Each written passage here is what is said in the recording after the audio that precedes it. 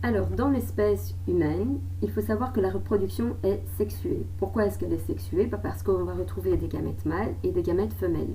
Donc, le gamète mâle, ça va être le spermatozoïde, et le gamète femelle, ce sera donc l'ovocyte, qui contiennent chacun la moitié du patrimoine génétique de chaque parent. Donc, dans le spermatozoïde, on va avoir la moitié du patrimoine génétique du papa, et dans l'ovocyte, on va avoir la moitié du patrimoine génétique de la maman.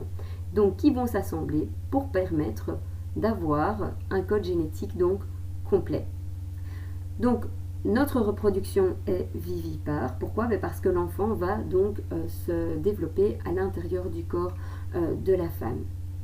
Alors, quel sera le trajet effectué par les spermatozoïdes? Donc, ceux-ci vont rentrer donc ici par le vagin lors de la pénétration, et puis ils iront soit à gauche, soit à droite en fonction de où se trouve l'ovocyte. Il faut savoir que l'ovocyte normalement va sécréter certaines substances qui vont permettre quand même aux spermatozoïdes de trouver le bon chemin, puisqu'il ne faut pas oublier qu'on avait expliqué qu'il va y avoir l'éjection d'un ovocyte un seul par mois, mais donc par exemple ça pourrait très bien être le gauche qui va éjecter l'ovocyte, et puis le mois suivant ce sera le suivant. Donc quand je dis le mois suivant, ou en tout cas au cycle suivant, eh bien ce sera l'autre ovaire.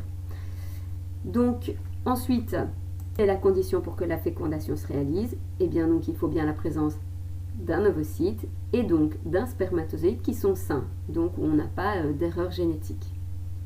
Qu'est-ce que la fécondation? Eh bien la fécondation, ça va donc être la fusion entre un gamète mâle, donc ici le spermatozoïde, et un gamète femelle, donc l'ovocyte.